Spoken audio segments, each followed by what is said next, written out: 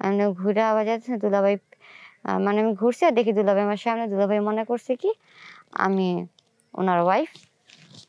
এটা বলে উনি আমাকে আর কি ধরে বসলো। বসার পরে আমি যে মানে তারে যে কিছু বলবো, আমি সেই সুযোগটা আর কি আমি ওরকমভাবে কোনো সুযোগ পাই নাই।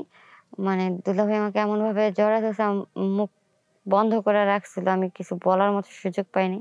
তো এভাবে আস্তে, আস্তে দেখা যায় করতে, করতে আমি আর দুলাভাই শুয়ে পড়লাম। শুয়ে পড়ার পর বুঝতেই তো পারতেছেন যে কি হইতে পারে একটা শালি আর দুলাভাইয়ের মধ্যে। তো যাই হোক, এরকম হওয়ার পর হুট করে কারেন্ট এসে পড়ে। কারেন্ট আসার পরে এখন দুলাভাই দেখে যে আমি তার বউ না, আমি তার শালি। আসসালামু আলাইকুম। আমি তানজিলা মোহাম্মদপুর থেকে বলছি। আমি আপনাদের সাথে কিছু কথা বলবো, যাতে আমার মতো আপনারা এই ভুল না করেন। তো আমার কথাগুলো মনোযোগ দিয়ে শুনবেন। আশা করি কথাগুলো বললে বুঝতে পারবেন। আমরা একই মার ঘরে যমজ ২ বোন। তো আমি আর আমার বোন ছোটবেলা থেকেই দেখতে লম্বা চওড়া সবকিছুই আমাদের এক। যমজ তো আপনারা বুঝেনই। তো বাবা আমাদের যমজ বইলা আমাদের ছোট থেকে একরকম জামা কাপড় সবকিছু আমাদের একরকম কিনে দেয়। মাথার ব্যান্ড, ক্লিপ সবকিছু, এভরিথিং। তো আমার যার একটা বোন, তো ওর বিয়ে হয়, আমার বিয়ে হয় না। তো এরকম বিয়ে সংসার দুলাভাই আমাদের সাথেই থাকে। কারণ দুলাভাইয়ের ফ্যামিলির মানুষ গ্রামে থাকতো, তার জন্য বোন আমাদের বাসায় থাকতো। আমরা একসাথেই থাকতাম। এভাবে ভালোই আমাদের ফ্যামিলি সুন্দর। আমরা হাসি খেলা ভাবে চলতেছি ফিরতেছি। দুলাভাই তো আমাদের ২ বোনকে একসাথে দেখলে ডাউট খেয়া যায় মাঝে মধ্যে যে আমি কোনটা আর ওনার ওয়াইফ কোনটা। তো মনে করেন এরকম ডাউট খেয়া যায়। তো যাই হোক, তো মানে কি বলবো,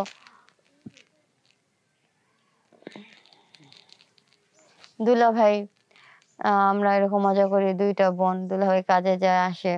তো যখন দুলাভাই কাজ থেকে আসে আমার সাথে খুব কম দেখা হয়। আমিও দুলাভাইয়ের সামনে খুব কম যাই। কারণ সময় পাই না। পড়াশোনা করি, ঘরে থাকি। ঘরের টুকটাক বোনের সাথে সাহায্য করি, কাজকর্ম করি। তো মানে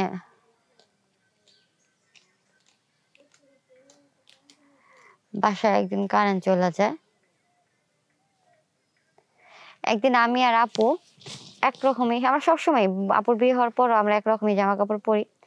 তো একদিন সেম ভাবে আমিও আপুর মতো নাকফুল পরছি, চুড়ি-টুড়ি পরছি দুলাভাইয়ের সাথে দুষ্টামি করার জন্য। দুলাভাই সাথে সবার সাথেই।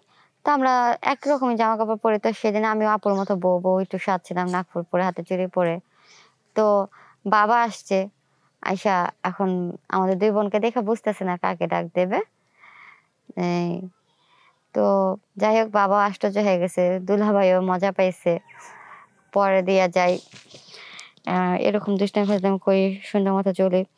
পরে একদিন হঠাৎ করে আমাদের বাসায় কারেন্ট চলে যায়। কারেন্ট চলে যাওয়ার পরে আমি মানে অন্ধকারে কি করব, চার্জার লাইট খুঁজে পাচ্ছি না, কিছু না। তো চার্জার লাইটের ছিল, চার্জ ছিল না। তো আমি মোমবাতি ধরে রান্নাঘর থেকে ঘরে আসি। তখন সন্ধ্যার পর হয় কি, পুরো অন্ধকার হয়ে যায়। ঘরে আসি। তো ঘরে এসে বইসা একটু মোবাইল টিপতে, টিপতে বা দেখা যায় ভাল লাগতেছে না, আমি শুয়ে পড়ছি। তো দুলাভাই আসে রাত্রে ৯টা, ৯:৩০ এরকম ১০টাই হবে। তো কারেন্ট তখনও ছিল না। তো অন্ধকারের মধ্যে দুলাভাই আসে। তো আমি আবার হুট করে কেন জানি উঠলাম, উইঠা টেবিলের সামনে থেকে এমনি ঘুরে আবার যাচ্ছে দুলাভাই মানে আমি ঘুরছি আর দেখি দুলাভাই আমার সামনে। দুলাভাই মনে করছে কি আমি ওনার ওয়াইফ। এটা বলে উনি আমাকে আর কি ধরে বসলো। বসার পরে আমি যে মানে তারে যে কিছু বলবো, আমি সেই সুযোগটা আর কি আমি ওরকমভাবে কোনো সুযোগ পাই নাই। মানে দুলাভাই আমাকে এমনভাবে জড়ায় ধরছে, মুখ বন্ধ করে রাখছিল। আমি কিছু বলার মতো সুযোগ পাইনি। তো এভাবে আস্তে, আস্তে দেখা যায় করতে, করতে আমি আর দুলাভাই শুয়ে পড়লাম। শুয়ে পড়ার পর বুঝতেই তো পারতেছেন যে কি হইতে পারে একটা শালি আর দুলাভাইয়ের মধ্যে। তো যাই হোক, এরকম হওয়ার পর হুট করে কারেন্ট এসে পড়ে। কারেন্ট আসার পরে এখন দুলাভাই দেখে যে আমি তার বউ না, আমি তার শালি। তো দুলাভাইও লজ্জা পাইছে, আমিও একটু লজ্জা পাইছি আরকি। ভাবতে পারি নাই যে বোনের জামাইয়ের সাথে এরকম কিছু হবে। আর দুলাভাইও ইচ্ছাকৃতভাবে কাজটা করে নাই। তো জানি না আবার তার ইচ্ছাকৃতভাবে হয়েছে কিনা। হয়তো আমরা ২ বোন একই রকম দেখতে, এটার কারণ ছিল নাকি সে ইচ্ছাকৃতভাবেই করছে। তো আমাদের সাথে সবকিছু হইলো একটা স্বামী-স্ত্রীর মধ্যে যা হয়।